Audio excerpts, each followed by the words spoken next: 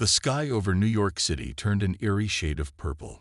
People stopped in their tracks, looking up with a mix of wonder and fear. Suddenly, a massive shadow fell over the city. It wasn't a cloud. It was something much, much bigger. Sarah Johnson, a young office worker, dropped her coffee cup. The hot liquid splashed on the sidewalk, but she didn't notice. Her eyes were fixed on the sky. "What is that?" she whispered. The answer came moments later. A voice boomed from above, speaking in perfect English. "People of Earth, we are the Zargonians. Your planet is now under our control. Resistance is futile." Panic spread like wildfire. People ran in all directions, screaming and crying. Cars crashed as drivers abandoned their vehicles. It was chaos. Meanwhile, in Washington, D.C., President Amanda Chen sat in the Oval Office, her face pale but determined. "Get me the heads of state. Now," she ordered. Within hours, world leaders gathered in a secret underground bunker. The mood was tense. Russian President Volkov pounded his fist on the table. "We must fight," he shouted. Chinese Premier Lai shook his head. "With what? Our weapons are like toys compared to theirs." President Chen raised her hand for silence. "Before we decide anything, we need more information. What do these aliens want?" As if in answer, screens around the room flickered to life. The alien leader appeared, tall and imposing with gray skin and large black eyes. "Humans," it said, "we are the superior race. Your planet has resources we need. You have two choices: surrender and serve us, or face extinction. You have 24 hours to decide." The room erupted in chaos. Some leaders wanted to fight, others to surrender. President Chen stood up. "Quiet," she shouted. "Fighting among ourselves is exactly what they want. We must stand united." Back in New York, Sarah huddled in her apartment with her roommate, Tom. They watched the news in horror as reports came in from around the world. Alien ships hovered over every major city. "What do you think will happen?" Tom asked, his voice shaking. Sarah shook her head.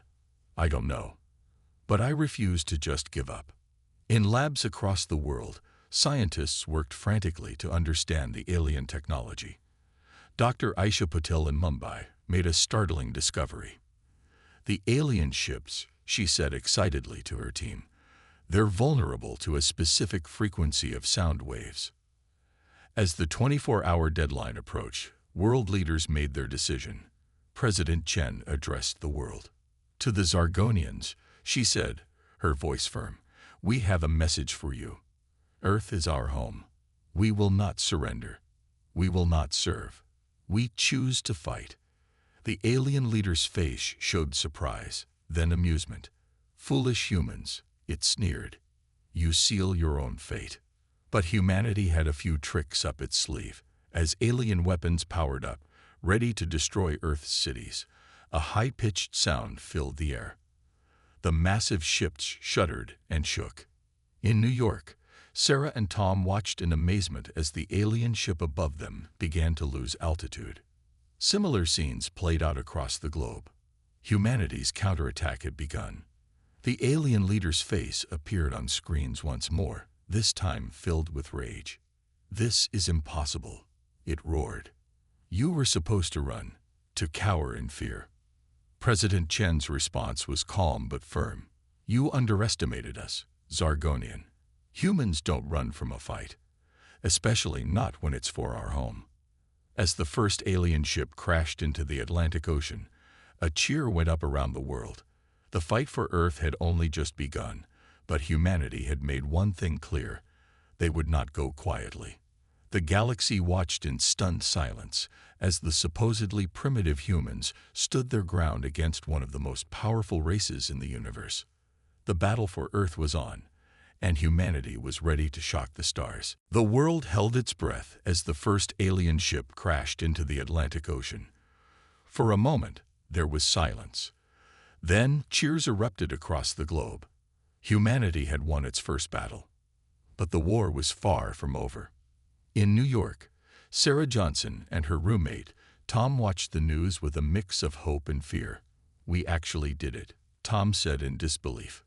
Sarah nodded, her eyes glued to the screen. But look, she pointed. There are still so many ships up there.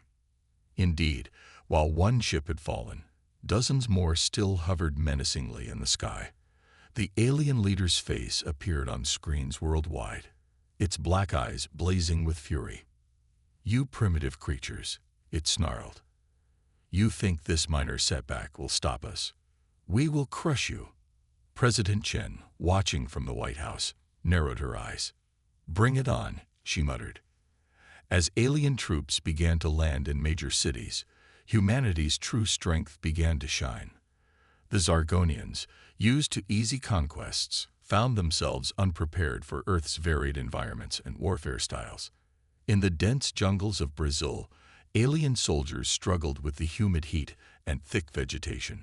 Local guerrilla fighters, familiar with the terrain, launched surprise attacks that left the invaders reeling. "They may have advanced technology," said Captain Maria Silva of the Brazilian resistance, "but they don't know how to fight in a rainforest."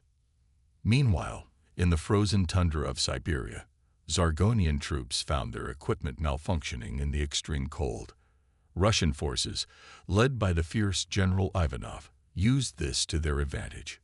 "Let General Winter be our ally once again," Ivanov said with a grim smile as his tanks rolled through the snow, catching the aliens off guard. In the bustling streets of Mumbai, Dr. Aisha Patel worked tirelessly to improve the sound wave technology that had brought down the first ship. "If we can amplify the frequency," she explained to her team, "we might be able to disable their weapons too." Back in New York, Sarah and Tom decided they couldn't sit idle any longer. They joined a group of volunteers helping to evacuate people from areas under alien attack. As they helped an elderly couple into a bus, Sarah looked up at the looming alien ship. "I never thought I'd be in the middle of an alien invasion," she said. Tom nodded, wiping sweat from his brow. "Me neither, but it feels good to be doing something, doesn't it?" Across the world, similar scenes played out.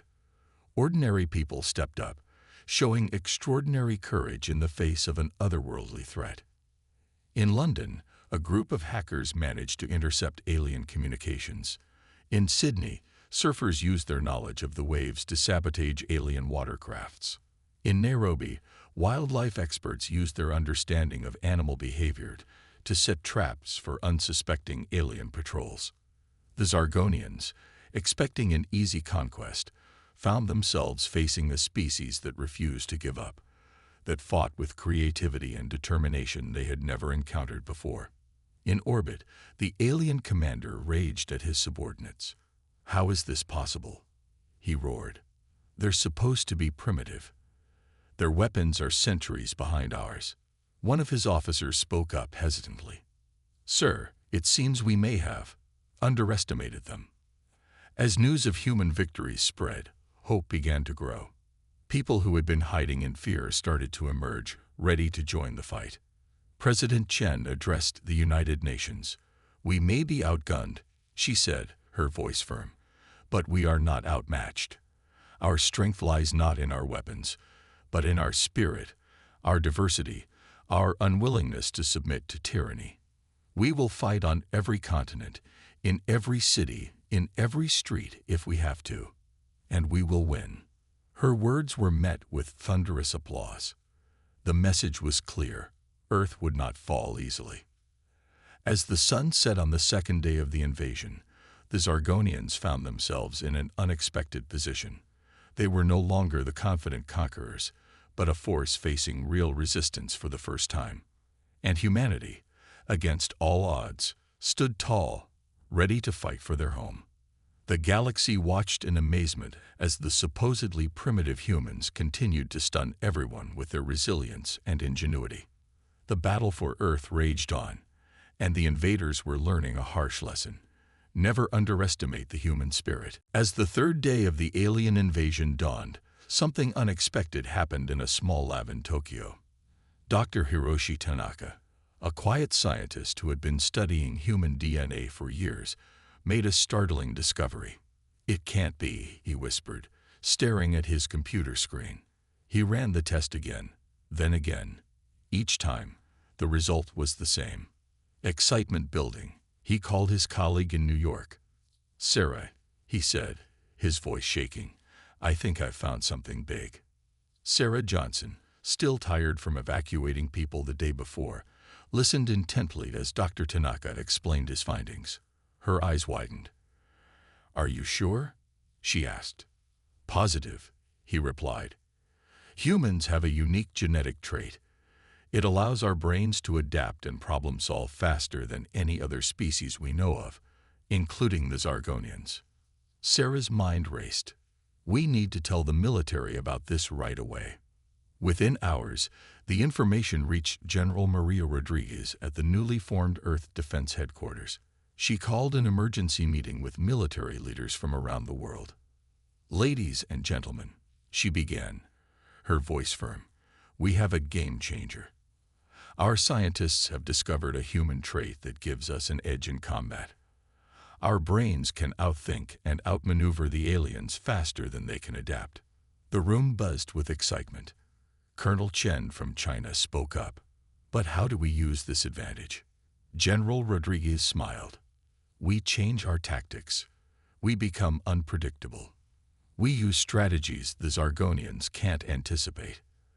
As the military leaders planned, ordinary people around the world were already demonstrating this unique human trait. In Cairo, a group of street vendors created a maze of mirrors in the narrow alleys, confusing alien patrols and leading them into ambushes.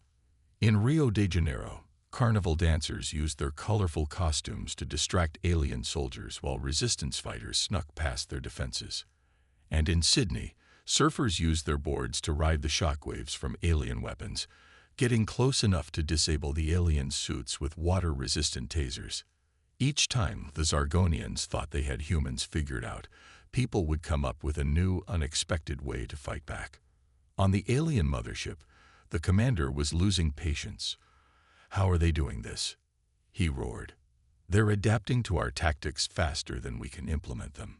His second-in-command shifted nervously. "Sir, our troops are reporting fear.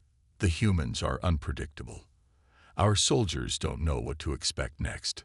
Back on Earth, Sarah and Tom were now working with Dr. Tanaka, helping to spread information about the human advantage to resistance groups worldwide. "It's not just about physical strength or technology," Sarah explained to a group of fighters. "It's about using our minds in ways the aliens can't predict. That's our real strength." Tom nodded, adding, "Every human is unique. We all think differently. That's what makes us so hard to beat as a species." As news of the human advantage spread, people became bolder. They started to believe they could win this war. In London, a group of chess champions devised complex strategies that left alien tacticians baffled. In Nairobi, Maasai warriors combined their traditional hunting techniques with modern technology, creating traps that even the most advanced alien scouts couldn't detect.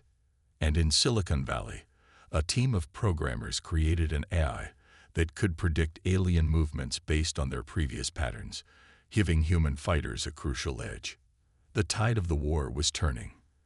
Alien ships that once dominated the skies were now falling, one by one, outsmarted by human ingenuity. On the International Space Station, astronaut Lai Chen managed to hack into the alien communication system. For the first time, humans could hear what the Zargonians were saying to each other. "Retreat." The alien commander's voice crackled through the speakers. "These humans, they're not like any species we've encountered before. We can't predict them. We can't control them. We must regroup and rethink our strategy." As alien ships began to pull back, cheers erupted around the world. Humanity had not just survived. They had pushed back the invasion. President Amanda Chen addressed the world once again. "Today, we have shown the galaxy what humans are truly capable of.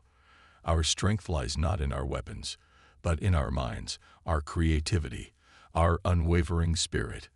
We have surprised the Zargonians, and we have surprised ourselves." As the sun set on the third day of the invasion, the tables had turned. The aliens were now the ones living in fear, unsure of what these unpredictable humans would do next. The battle was far from over, but one thing was clear.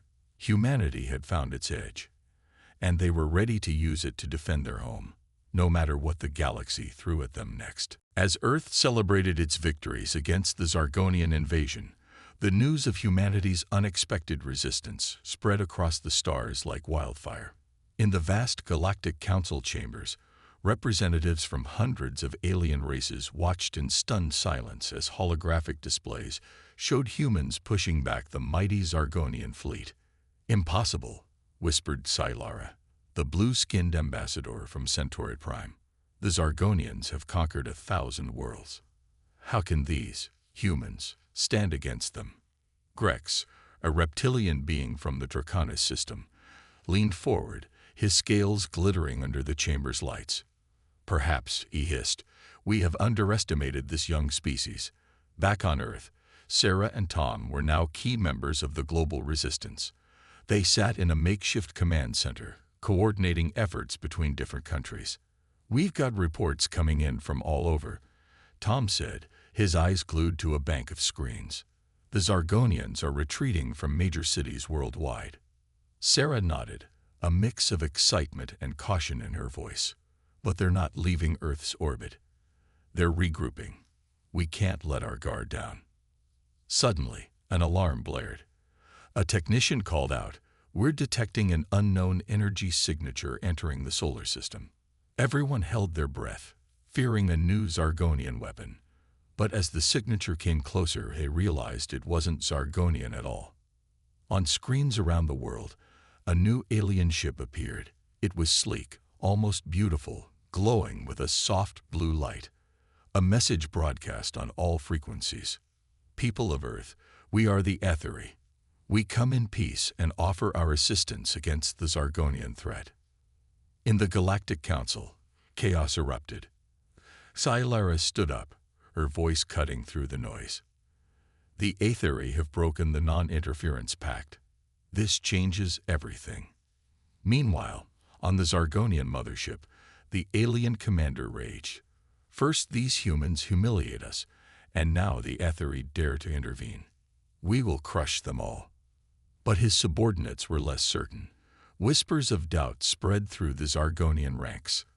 If the humans could resist them, and now had HFY support, was this invasion doomed?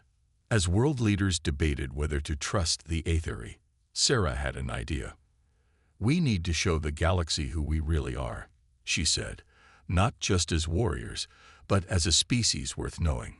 Working with hackers and communication experts, Sarah and Tom created a message. It wasn't about war or resistance. Instead, it showcased Earth's beauty, its diversity of life, cultures, and the indomitable human spirit. They broadcast this message across the galaxy, using the HFY's advanced technology to boost the signal. In the furthest reaches of space, alien races watched in fascination. They saw Earth's blue oceans and green forests. They heard music from dozens of cultures. They watched humans dancing, laughing, creating art, and working together to solve problems. In the Galactic Council, the mood shifted. Grex spoke, his voice filled with wonder. "These humans, they're not just warriors. They're artists, thinkers, dreamers. Perhaps they have something to teach us all." The message reached even the Zargonian homeworld. Ordinary Zargonians, who had only heard propaganda about human inferiority, began to question their leaders. Back on Earth, the HFY shared their advanced technology, helping humans bolster their defenses. But more importantly, they opened diplomatic channels. For the first time, humanity had a voice in galactic affairs. President Chen addressed the United Nations, her words broadcast to every corner of Earth and beyond. "We stand at a turning point not just for our world, but for the galaxy. We have shown that we will fiercely defend our home, but we are also ready to extend a hand in friendship to those who come in peace." As she spoke, more alien ships entered Earth's orbit, but these weren't invaders. They were diplomatic envoys, curious traders, and even tourists, all eager to meet the species that had defied the odds. Sarah and Tom watched from the roof of their command center as the night sky filled with the lights of friendly alien ships. "Did you ever imagine this when we were running from the first invasion?" Tom asked, shaking his head in disbelief. Sarah smiled, her eyes reflecting the starlight. "No," she said softly, "but I always believed we had something special. Now the whole galaxy knows it too." As Earth prepared to take its place among the stars, one thing was clear. The universe would never be the same. The species everyone had underestimated was about to change the course of galactic history. And it all started because humans refused to run when the Zargonians came. The early morning sky over Cape Canaveral was a palette of oranges and pinks as the first human-alien hybrid spacecraft prepared for launch. Sarah Johnson stood among a crowd of scientists, military personnel, and alien diplomats, her heart racing with excitement. "I can't believe we're actually doing this," Tom whispered beside her, his eyes fixed on the gleaming ship. Sarah nodded, a proud smile on her face. "From fighting off an invasion to exploring space together, we've come so far in such a short time." The countdown began, and the ship roared to life, its engines a mix of human ingenuity and ethereal technology. As it soared into the sky, cheers erupted from the crowd. Humanity was taking its first steps into deep space. But the Zargonians weren't done yet. As Earth celebrated its technological leap, the alien invaders were planning one last, desperate attack. In the asteroid belt between Mars and Jupiter, the remaining Zargonian fleet gathered. Their commander, Zaxthor, addressed his troops. "We cannot let these humans join the galactic community. Today we crush their spirit once and for all."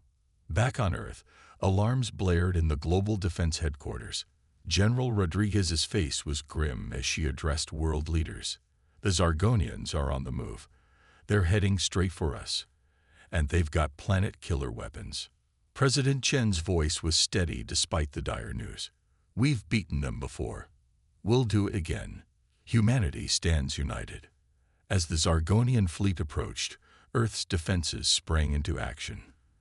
The skies filled with aircraft, a mix of human jets and ethereal fighters. On the ground, people around the world held their breath, watching the battle unfold on their screens. In New York, Sarah and Tom coordinated with resistance cells globally. "Remember," Sarah said into her comm, "we have the advantage of unpredictability. Use it." The battle was fierce. Zargonian ships rained destruction from above, but Earth's defenses held firm.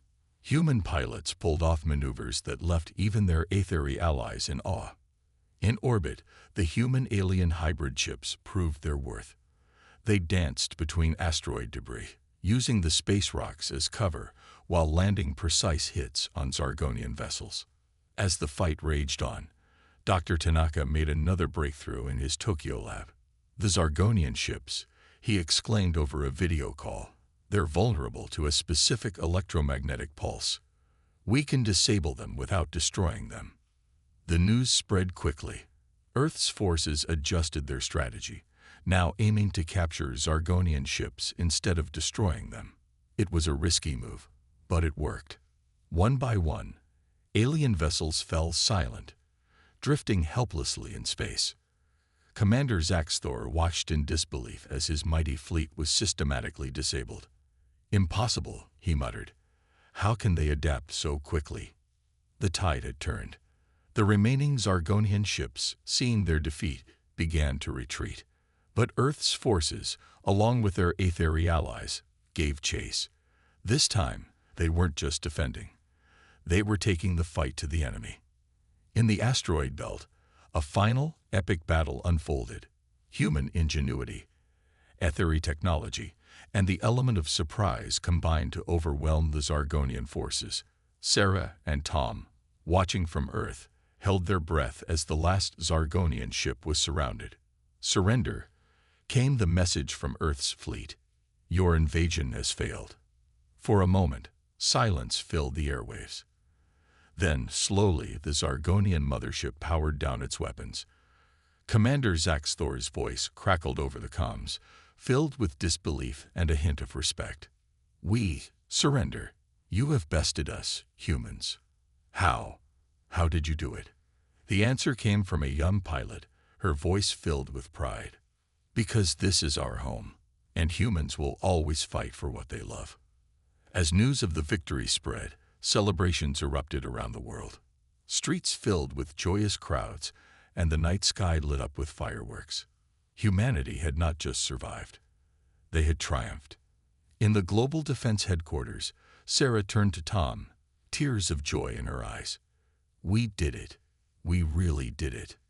Tom nodded, his voice choked with emotion. And now, what's next for humanity? President Chen, overhearing them, smiled. Now, she said, her eyes twinkling with excitement, we show the galaxy what humans can really do when we're not busy defending our home. The stars are waiting, and we have a lot to explore. As the sun set on Earth's greatest victory, its people looked to the sky with new eyes. The galaxy that had once seemed so threatening now beckoned with endless possibilities. Humanity was ready to take its place among the stars, not as conquerors, but as explorers, diplomats, and friends. The invasion that was meant to subjugate Earth had instead launched humanity into a new era of galactic cooperation and discovery. And it all began because humans, when faced with the impossible, chose to stand and fight. The Grand Hall of the Galactic Council buzzed with excitement. Today was a historic day. Earth was officially joining the interstellar community. Sarah Johnson straightened her formal uniform, still amazed that she, a former office worker, was now Earth's ambassador to the stars. Ready? Tom asked, standing beside her in his own diplomatic attire. Sarah took a deep breath and nodded. As ready as I'll ever be to represent 8 billion people to a room full of aliens. As they entered the hall, hundreds of alien faces turned to watch. Some looked curious, others wary, and a few even seemed excited. The Aetheri delegation gave them a friendly wave. Silara, the blue-skinned Centaurian, stepped forward to greet them. Welcome, ambassadors of Earth. Your presence here is unexpected, but not unwelcome. Sarah smiled. Thank you, Ambassador Silara. Humanity is honored to join this esteemed council. As Sarah and Tom took their seats, the Galactic Council leader, a tall, ethereal being named Zorn, called the meeting to order. Today, we welcome Earth into our galactic family. But first, we must address the matter of the Zargonian invasion and its aftermath. A holographic display appeared in the center of the room, showing the defeated Zargonian fleet. Murmurs rippled through the assembly. Grex, the reptilian ambassador, spoke up. The humans have proven themselves formidable. But what do they intend to do with the captured Zargonian technology and prisoners? All eyes turned to Sarah. She stood, her voice clear and confident. Earth has no desire for conquest or revenge. We propose a rehabilitation program for the Zargonian prisoners to help them understand and respect other cultures. Gasps and whispers filled the room. The idea of rehabilitating invaders was unheard of in galactic history. As for the technology, Sarah continued, we offer to share it with the Council, to be used for the benefit of all peaceful races. The hall erupted in discussion. Some ambassadors praised Earth's generosity, while others questioned their motives. Zorn raised a hand for silence. This is most unusual. Humans continue to surprise us. We shall put it to a vote. As the council deliberated, Sarah and Tom exchanged nervous glances. This decision could shape Earth's future in the galactic community. Meanwhile, back on Earth, people watched the proceedings with bated breath.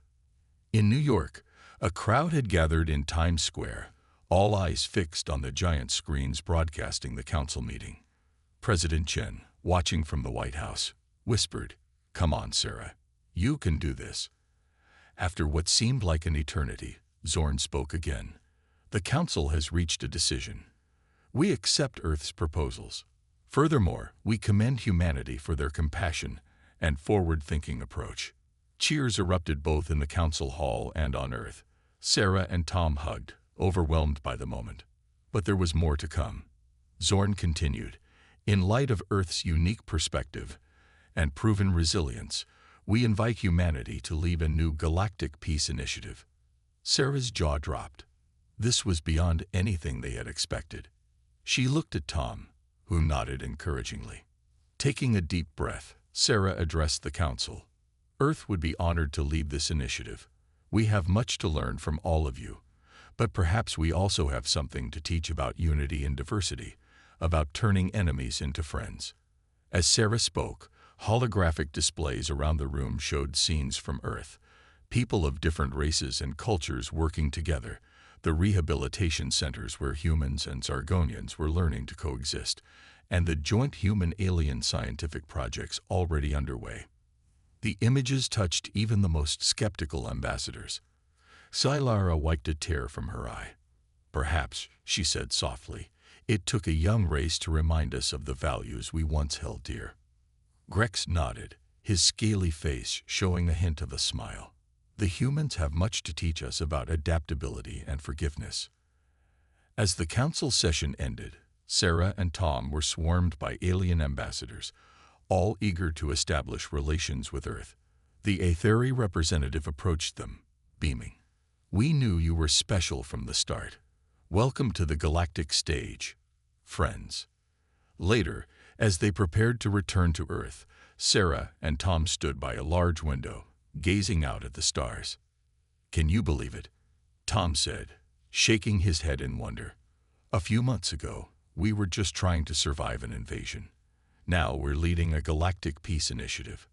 Sarah smiled, her eyes reflecting the starlight. That's humanity for you. We'd never do anything by half measures.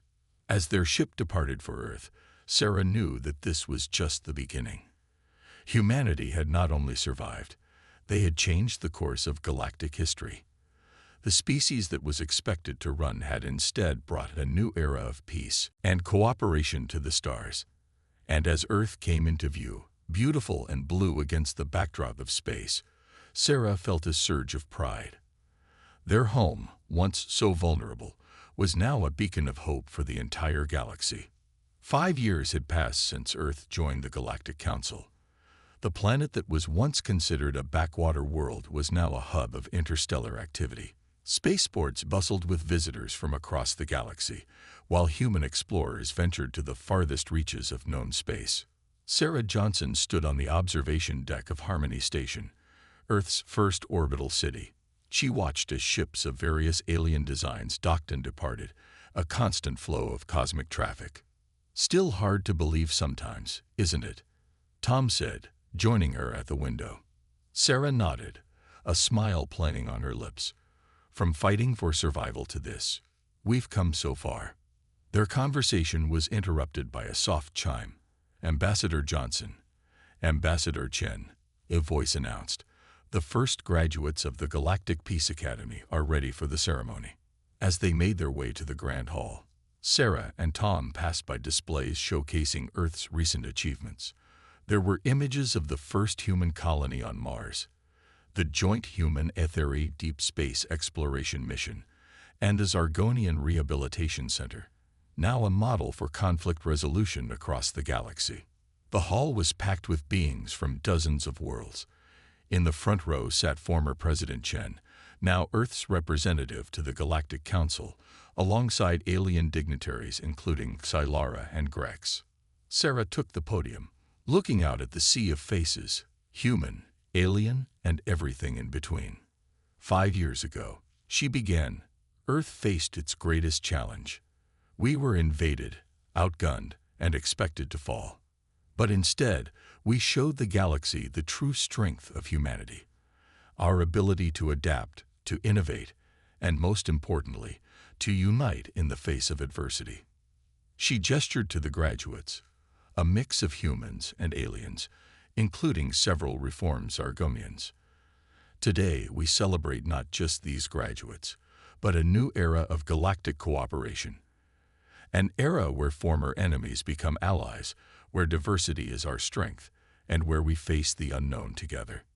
As Sarah spoke, screens around the hall showed scenes from across the galaxy. There were images of human doctors working alongside alien healers to cure once incurable diseases. Engineers from a dozen species collaborated on a massive project to create sustainable energy for struggling planets. Former Zargonian warriors now led peace missions to conflict-ridden worlds. "We have proven," Sarah continued, her voice filled with pride, "that the human spirit is not confined to Earth. It is a force that can reshape the very stars." After the ceremony, as the graduates mingled with guests, an elderly Zargonian approached Sarah. She recognized him as Zaxthor, the former invasion commander. "Ambassador," he said, his voice humbled, "I once sought to conquer your world. Now, I stand here, grateful for the second chance your people have given mine. You have taught us that true strength lies not in domination, but in cooperation." Sarah smiled, shaking his hand. "We all have something to learn from each other, Zaxthor. That's what makes this galaxy so amazing." Later that evening, Sarah and Tom stood on the deck of a ship bound for Earth. As they descended towards the blue planet, they could see the changes of the past 5 years. Glittering cities stretched across once empty deserts, their energy needs met by massive solar farms. The oceans teemed with new life, rejuvenated by advanced cleanup technologies. "You know," Tom said, "when we first met, I never imagined we'd end up here. Aliens, space travel, galactic peace. It's like something out of a sci-fi story." Sarah laughed. "Sometimes the best stories are the ones we live." She paused, her expression growing thoughtful. "Do you think we've changed the galaxy as much as it's changed us?" As if in answer, their ship's communication system crackled to life. It was a message from a distant star system, one that humans had helped free from an oppressive regime. The alien voice was filled with gratitude. "Thank you, Earth. You've shown us that even the smallest worlds can make the biggest difference." Tom squeezed Sarah's hand. "I think that answers your question." As Earth grew larger in their view, Sarah reflected on the journey that had brought them here. From a species on the brink of defeat to a beacon of hope for the galaxy, humanity had truly stunned the stars. The invasion that was meant to end Earth's story had instead begun a new chapter, not just for humans, but for all sentient beings across the cosmos.